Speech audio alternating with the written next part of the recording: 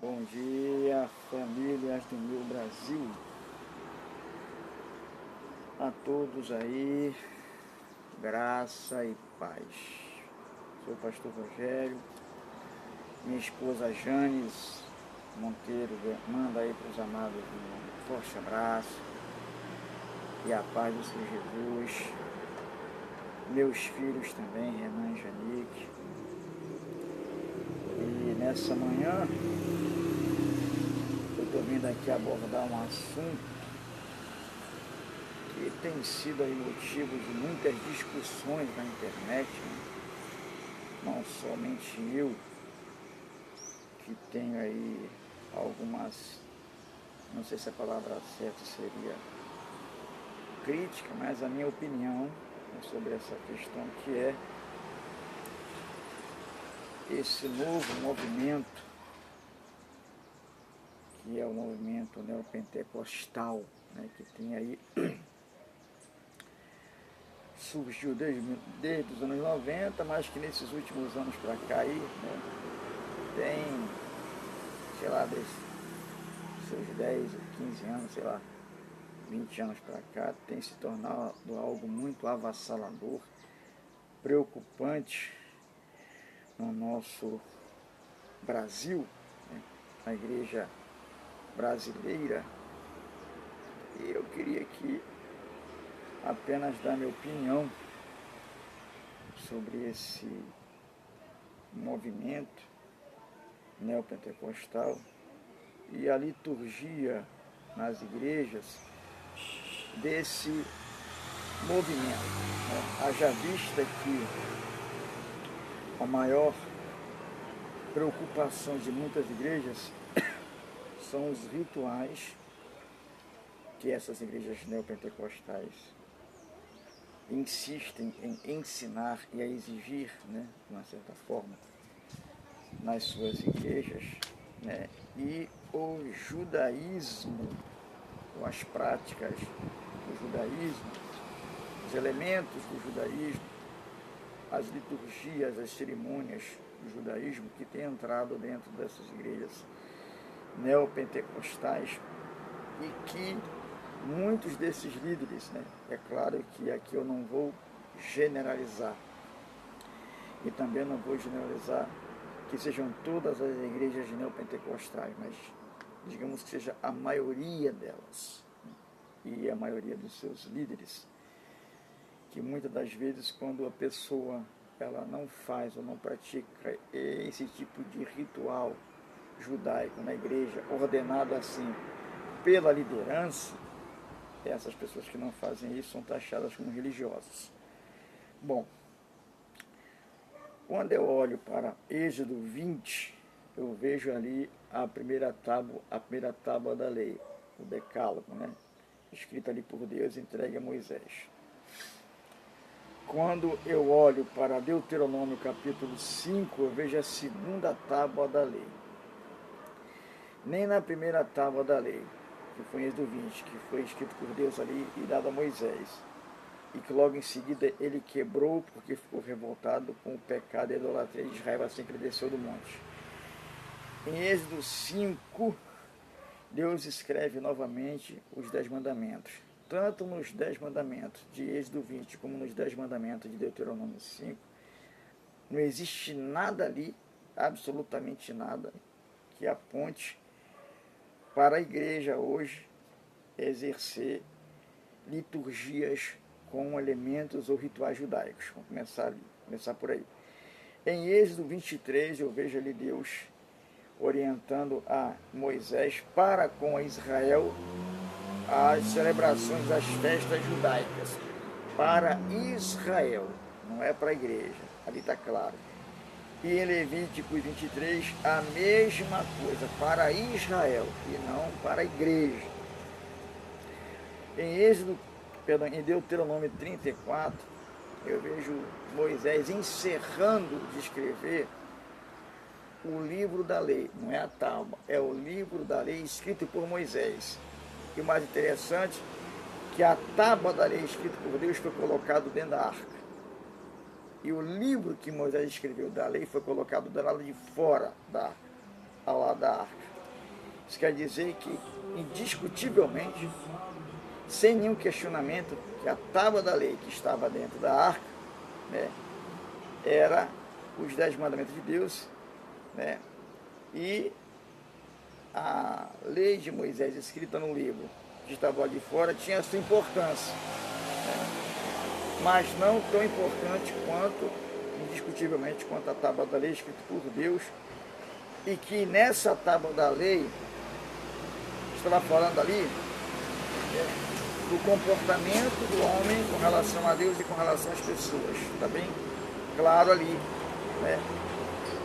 E pelo que eu entendi, dos 10 mandamentos, a única lei ali, né, a única lei que não é exigida na igreja, no Novo Testamento, é o 4º mandamento, né? É claro que existem essas discussões aí teológicas, mas o assunto aqui não é esse.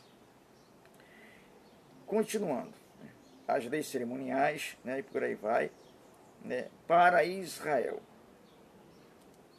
Quando eu chego no Novo Testamento, que eu leio Atos, capítulo 15, eu descubro ali, né, uma espécie de reunião, né, eclesiástica entre os apóstolos, entre os presbíteros e os anciões, para discutir um problema na igreja que estava vindo do judaísmo na época, né, que era forçar aos novos convertidos cristãos gentios as práticas da lei de Moisés, né, que além de aceitar Jesus, teria que também praticar o ritual da circuncisão e toda a lei, né, toda a lei de Moisés, a lei que Moisés escreveu no livro.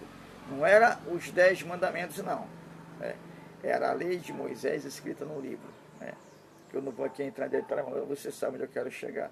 E essa reunião, né, ela chegou à seguinte conclusão, né, que a igreja não precisava, de maneira alguma, né, praticar os rituais judaicos para ser salvo, né, porque Jesus é o suficiente, ele cumpriu toda a lei. Quando você vai olhar João, capítulo 1, você vai descobrir ali, né, disse ali João escrevendo as falas de Jesus, né, a lei veio por Moisés, mas a graça e a verdade veio por Jesus Cristo. Então, Jesus, né, ele consuma tudo isso, né, lá no capítulo de número 15 de Atos, onde a partir dali segue-se, então, a visão doutrinária, né, da igreja, né, sem a necessidade, sem o rigor dos rituais judaicos dentro da igreja, né.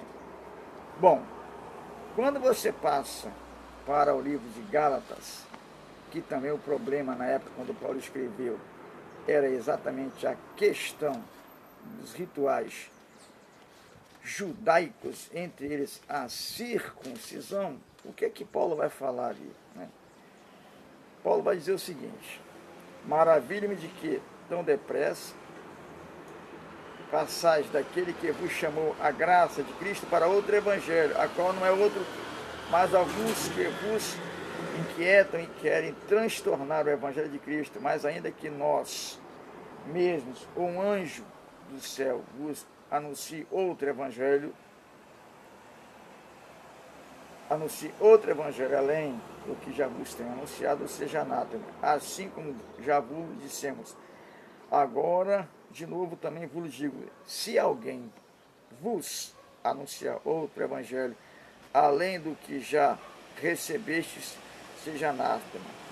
Busco agora a favor dos homens, ou de Deus, ou procuro agradar homens.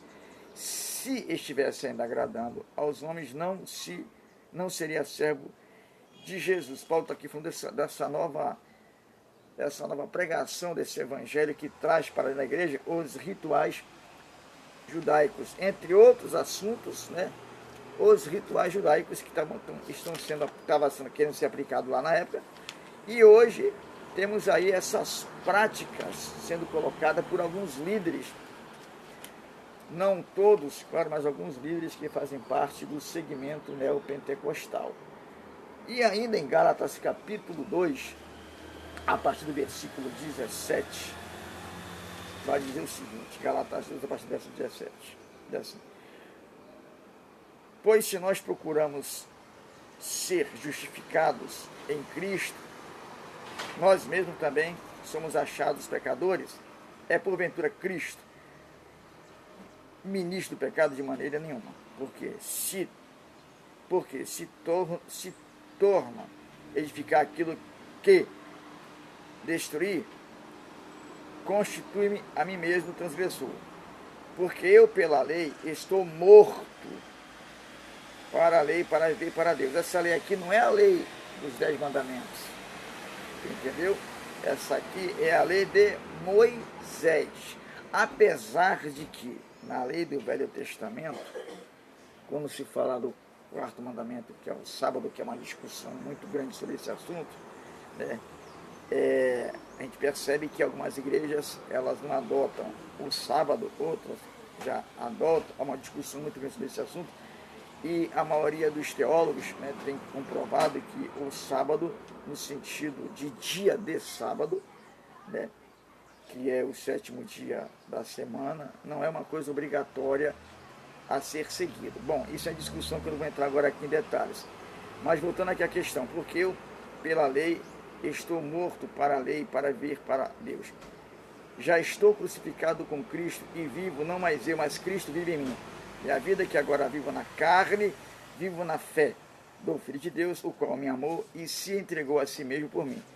Não anulo a graça de Deus, porque se a justiça provém da lei, segue-se Cristo morreu de balde. O que é que Paulo quer dizer com isso? Que aqueles que voltam às práticas da lei, os seus rituais judaicos e por aí vai, leva a entender que Jesus não é suficiente. O que ele fez na cruz pela igreja não é suficiente. Aí a pergunta que eu queria fazer em relação à salvação em Cristo é a seguinte: qual é o real propósito que essas igrejas neopentecostais têm ou querem? Qual o objetivo para aplicar nas suas respectivas igrejas esses rituais judaicos, né? E, digamos assim, utilizando eles como também forma, né? Como se ele influenciasse na salvação. Porque diante do texto bíblico, do seu contexto, a partir do Novo Testamento, e é bom a gente frisar o seguinte, que a graça, ela passa a surgir de fato, de verdade, depois da morte e ressurreição de Cristo, certo? Então o que acontece?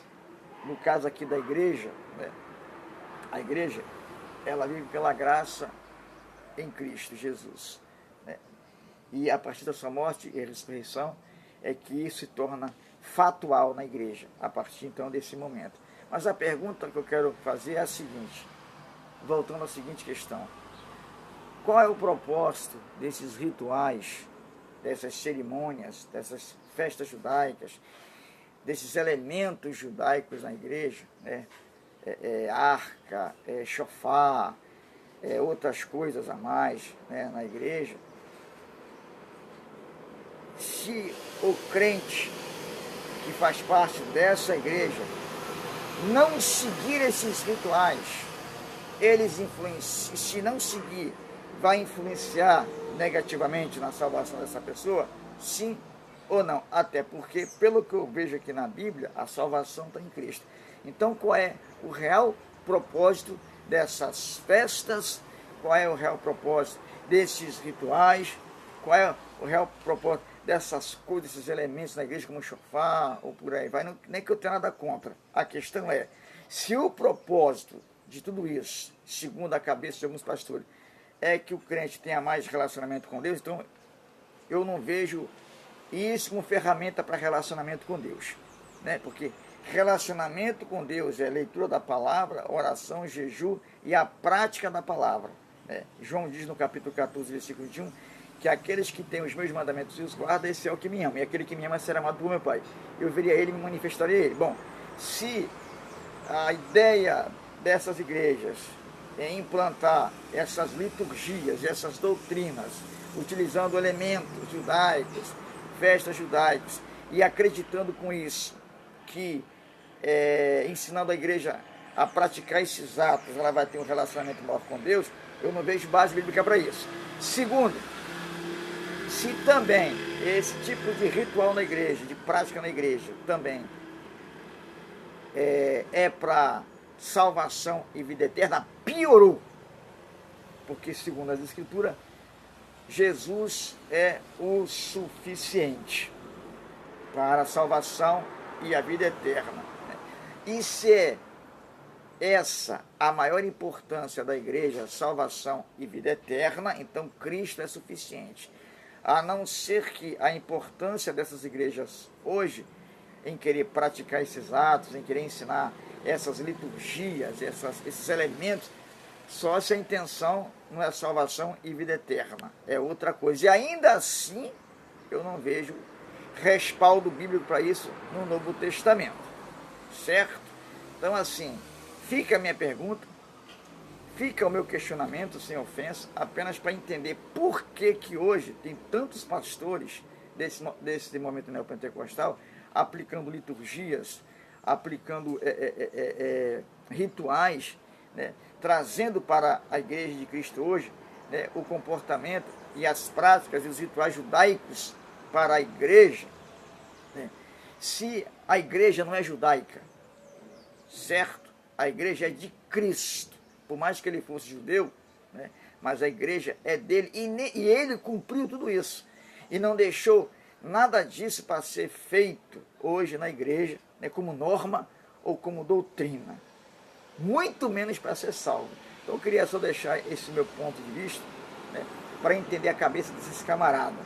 Fora, né, e aqui eu vou concluir, fora essa teologia, desculpe aí a minha ignorância, né, e a minha expressão, essa teologia pilantra da prosperidade, né, que tem sido aplicada na igreja mais do que a salvação, mais do que a vida eterna, né, tem sido aí uma idolatria à prosperidade, porque as pessoas só querem pregar prosperidade na igreja, dinheiro, poder e sucesso, e não pregam mais salvação.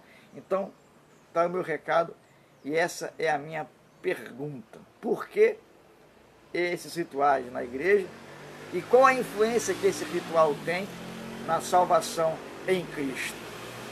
Amém? Que Deus abençoe a todos, em nome de Jesus.